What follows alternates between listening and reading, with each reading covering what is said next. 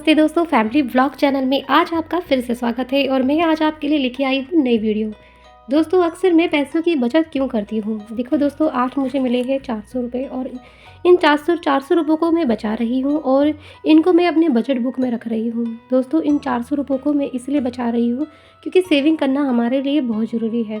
और दोस्तों, सेविंग मैं आखिर क्यों करती हूँ और मैं भी आपको आखिर सेविंग करने के लिए क्यों कहती हूँ। दोस्तों, अगर ये 400 रुपये है, अगर मैं चाहूँ तो इन 400 रुपयों को मैं खर्च कर सकती हूँ और मैं चाहूँ तो मैं इनको बचा भी सकती हूँ। दरअसल दोस्तों, इन पैसों को इसलिए बचाना चाहिए क्योंकि देखिए, हमारे घर में जैसे कि आपके पिता है, आपके हस्बैंड है, भाई है, वो नौकरी कर रहे हैं, वो इन 4 पैसे के लिए कमाने के लिए निकल रहे हैं।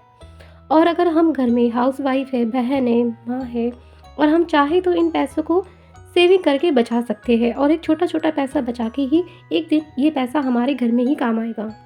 दोस्तों, क्या होता है कि अक्सर हमारे जो घर में हमारे घर के जो हस्बैंड होते हैं या हमारे पापा होते हैं, भाई होते हैं, वो नौकरी करते हैं और उसके बाद वो अगर हमारे को वो थोड़ा-थोड़ा पैसा अगर हर महीने अगर वो हमारे को कुछ खर्चे के लिए देते भी हैं, तो क्यों ना हम इन थोड़े पैसों को थोड़ी हम बचत करने के लिए रख दें।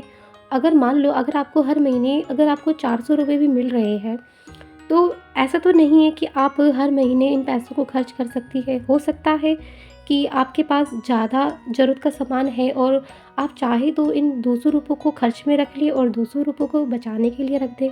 दोस्तों, मैं आपसे ये कहती हूँ कि आप ये छोटी-छोटी सेविंग करिए क्योंकि इन छोटी-छोटी बचत से हमारे को काफ़ी फ़ायदा होगा। जैसे मैं छोटा-छोटा पैसा बचा के भी कभी-कभी घर में ही खर्च कर देती हूँ क्योंकि दोस्तों, ज़रूरत पड़ने पर कभी मान लो हमारे घर के सदस्य को किसी को पैसे की ज़रूरत हो गई, तो वो है कहीं किसी से उधार माँगने से अच्छा है या किसी से हेल्प माँगने से अच्छा है कि हमारे पास ही खुद का पैसा है और हम अपने पैसों को घर पे ही इस्तेमाल कर लें। कभी भी कुछ भी प्रॉब्लम आ जाती है, जैसे कि मान लो कभी मेरी तबीयत ख़राब हो गई थी बीच में, तो पैसे नहीं थे, तो अगर मैंने थोड़ा-सा पैसा सेविंग नहीं किया होता तो शायद मैं डॉक्टर के पास जाती और इतना खर्चा हो जाता है।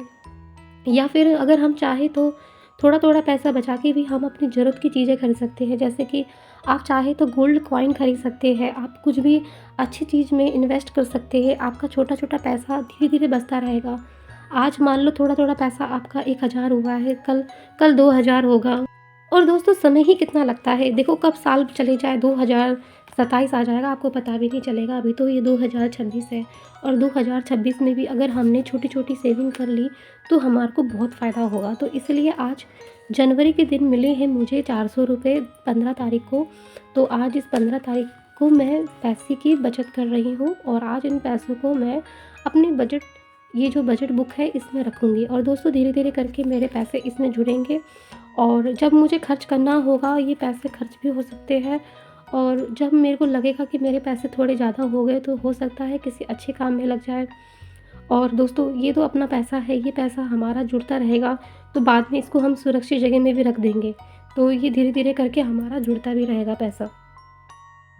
दोस्तों, पैसा बचाना इसलिए ज़रूरी है क्योंकि हमारे घर के जो मेंबर हैं और जो हमारे परिवार में रहते हैं, आपके माता-पिता, भाई-बहन, आपके हस्बैंड, जो भी है वो नौकरी कर रहे हैं, घर सँभाल रहे हैं और नौकरी करके सैलरी लेके आ रहे हैं और वो जो पैसा है ना, उस पैसे को चला रहे हैं हम और खर्चा करते हैं घर पे हर चीज़ का, जैसे कि राशन हो गया, सब्ज़ी हो गया, दूध हो गया, हर तरह की दवाइयों से लेकर जो इंसान दिन-रात मेहनत कर रहा है, वो पैसा अगर चाहे तो हम महिलाएँ उन पैसों को थोड़ा-थोड़ा सेविंग भी कर सकती है। और अगर पुरुष इस वीडियो को देख रहे हैं तो वो भी अपनी तनख्वाह थोड़ी बचा सकते हैं। अपनी सैलरी का आधा हिस्सा भी अगर वो सेविंग पे लगा दें, तो कभी भी उनको पैसों की ज़रूरत पड़ रही है तो वो किसी से माँगने की बजाय उनके पास खुद का पैसा रहेगा और उनको कभी भी प्रॉब्लम आ गई तो उनके पास खुद का पैसा है। उनको ये लगेगा कि अच्छा हुआ कि मैंने पैसों की बचत कर रखी थी, नहीं तो बाद में कितनी बड़ी प्रॉब्लम होती। दोस्तों, ये प्रॉब्लम अगर आपको कभी लाइफ में अगर दिख गई तो आपका पैसा अगर बचा हुआ है, तो आपको घबराने की ज़रूरत नहीं होगी। आपको पता रहेगा कि हाँ, मेरे पास पैसा है और ठीक है। कभी भी कुछ भी अर्जेंट घर में हो सकता है कि आपको कभी पैसों की ज़रूरत पड़ जाए, तो आप किससे माँगोगे? कोई पैसा नहीं देता है। और रही बात आजकल के टाइम पर, आप जानते ही हैं कि पैसा मिलना बहुत मुश्किल हो जाता है और अर्जेंट में तो कोई पैसा नहीं दे पाता है। अगर अर्जेंट में अगर आपका पैसा है आपके पास तो आपको कहीं भागने की ज़रूरत नहीं है।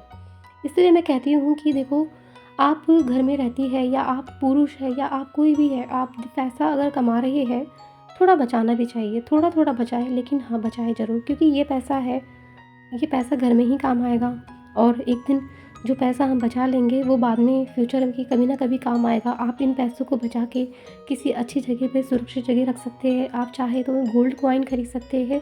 आप थोड़ा-थोड़ा पैसा बचा के एक ज़्यादा अमाउंट बना सकते हैं। दोस्तों, कभी-कभी क्या होता है कि ना हमारे लाइफ में प्रॉब्लम ही प्रॉब्लम आती रहती है। मतलब कि जैसे कि हम पैसे जब भी जमा करने के लिए सोचते हैं ना, तभी कुछ ना कुछ ऐसी दिक्कत आ जाती है जिससे हमारे पैसे खर्च हो जाते हैं और फिर उसके बाद हमको बड़ा ही दुःख होता है कि ये तो बड़ी मुश्किल से बचाया था पैसा, अब ये खर्च हो गया। दोस्तों, अगर आप चाहते हैं कि जो आप छोटी-छोटी सेविंग करते हैं वो पैसे खर्च ना हो और ये आपके पैसे बचे रहे और जब भी आपको पैसे की ज़रूरत हो तब भी आप इन पैसों को खर्च ना कर सकें।